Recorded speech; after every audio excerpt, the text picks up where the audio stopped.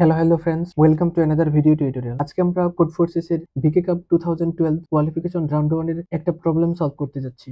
আর এই প্রবলেমটা হচ্ছে নেক্সট রাউন্ড। তো প্রথমে আমরা এই প্রবলেম স্টেটমেন্টটা পড়ে দেখি। আসলে এই প্রবলেম স্টেটমেন্ট থেকে আমাদের কি জিনিসটা ফাইন্ড আউট করতে হবে আর আমরা এই প্রবলেমটাকে কিভাবে সলভ করতে পারি। একজন প্রতিযোগী তিনি যদি কি করে কেতম প্লেসের ফিনিশারের স্কোরের থেকে বেশি অথবা তার সমান স্কোর আর্ন করে তাহলেই কেবল সে কি করবে নেক্সট রাউন্ডে যাইতে পারবে। এটা হচ্ছে প্রথম শর্ত।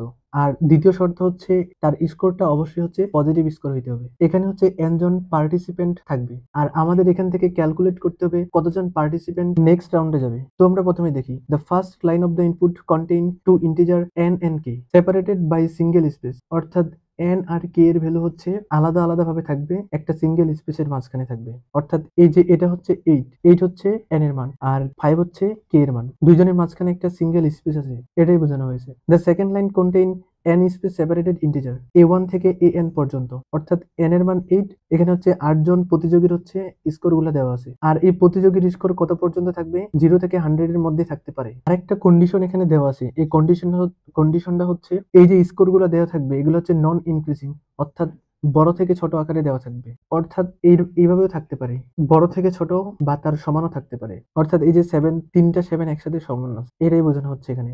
যেমন হচ্ছে সবগুলোই জিরো ভ্যালু, এটা হচ্ছে বড় থেকে ছোট বা তার সমান আকারে বোঝানো হচ্ছে। তো আউটপুটে তাহলে কি চাচ্ছে, output the number of the participant who advance to the next round, অর্থাৎ কতজন পার্টিসিপেন্ট নেক্সট রাউন্ডে যাইতে পারবে এটাই আমাদের বের করতে হবে। তো প্রথম ইনপুট লাইনে দেখি আমরা, এখানে হচ্ছে n এর মান 8, অর্থাৎ এখানে 8 জন পার্টিসিপেন্টের স্কোর দেওয়া আছে। আর এখানে এই কে এর মান তাহলে কি বোঝানো হচ্ছে, কে এর মান বোঝানো হচ্ছে কেতম প্লেসের স্কোর। এখন আমরা কেতম প্লেসের স্কোর খুঁজি। এটা হচ্ছে 0তম প্লেস, এটা 1তম প্লেস, এটা 2তম প্লেস, এটা 3তম প্লেস, এটা 4, এটা 5তম প্লেস, অর্থাৎ এই স্কোরটা এই যে এটাই হচ্ছে কেতম প্লেস। কেতম প্লেসে তাহলে কত আছে, এখানে কেতম প্লেসের ভ্যালু এখানে 7। তো এখন আমরা দেখি 7 এর সমান বা তার থেকে বড় কতগুলো পার্টিসিপেন্ট আছে যেগুলো হচ্ছে তারা নেক্সট রাউন্ডে যাইতে পারবে। অর্থাৎ কেতম প্লেসের ভ্যালু এর সমান বা তার থেকে যদি বড় হয় তাহলেই কেবল হচ্ছে নেক্সট রাউন্ডে যাবে। কেতম প্লেসের ভ্যালুর মান হচ্ছে 7, 7 এর থেকে বড় কতগুলো আছে বা তার সমান কতগুলো ভ্যালু আছে, একটা ভ্যালু, দুইটা, তিনটা, চারটা, পাঁচটা, ছয়টা, ওই জন্য এখানে আউটপুট কত আসছে, 6। এখন আমরা পরবর্তী ইনপুট লাইনে দেখি। পরবর্তী ইনপুট লাইনে এখানে 4 জন পার্টিসিপেন্ট আছে, তাদের সবার স্কোর হচ্ছে 0, ঠিক আছে। আর এখানে হচ্ছে আমাদের কে এর মান কত দেওয়া আছে, 2, অর্থাৎ 2তম প্লেসের স্কোর। এখন আমরা 2তম প্লেসের স্কোরের ভ্যালু খুঁজি। 2তম প্লেসের স্কোর হচ্ছে কত, এখানে 0। তো আমরা কি পড়ে আসছিলাম, যদি কোনো পার্টিসিপেন্টের স্কোর 0 হয় অর্থাৎ সেটা কিন্তু পজিটিভ না, আর যদি পজিটিভ না হয় তাহলে তো নেক্সট রাউন্ডে যাইতে পারবে না। এখানে সবগুলা 0 এর সামনের সবগুলা ভ্যালুই হচ্ছে 2তম স্কোরের সামনের সবগুলা ভ্যালু হচ্ছে 0, ওই জন্য এখানে আউটপুট কত আসছে, 0। এখন আমরা সেই কম্পাইলারে এই প্রবলেমটাকে কিভাবে সলভ করতে পারি। তো প্রথমে আমরা কি করব, প্রথমে হচ্ছে আমরা দুইটা ইন্টিজার নাম্বার নিব n আর k, সেই দুইটা হচ্ছে ইনপুটে নিয়ে নিব। তারপর কি করব, n এর মান কি নির্দেশ করে, n এর মান নির্দেশ করে হচ্ছে n যতটা থাকবে ততটা পার্টিসিপেন্টের স্কোর থাকবে।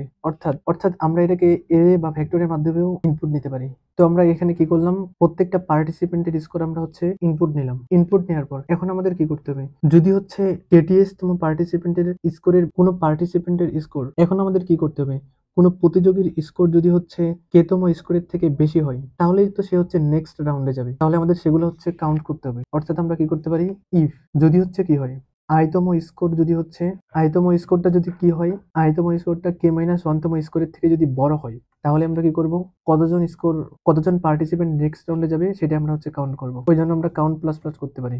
আর এটাই আমাদের কি করতে হবে, আউটপুট করতে হবে। এখন আমরা দেখি সবগুলো টেস্ট কেস পাস করে কিনা। এখানে সবগুলো টেস্ট কেস পাস করেনি, কারণ আমরা হচ্ছে একটা কন্ডিশন, কারণ এই যে এখানে হচ্ছে নেক্সট রাউন্ডে যাওয়ার জন্য হচ্ছে অবশ্যই কি করতে হবে, পজিটিভ স্কোর হইতে হবে। তো এখানে আরেকটা কন্ডিশন দিতে পারি, এন্ড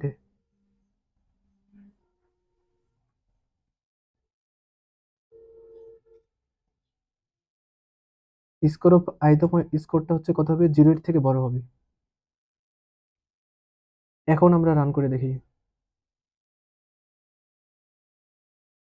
এখন আমাদের সবগুলা টেস্ট কেস পাস হয়ে গেছে। এটাই হচ্ছে আমাদের এই প্রবলেমের সলিউশন।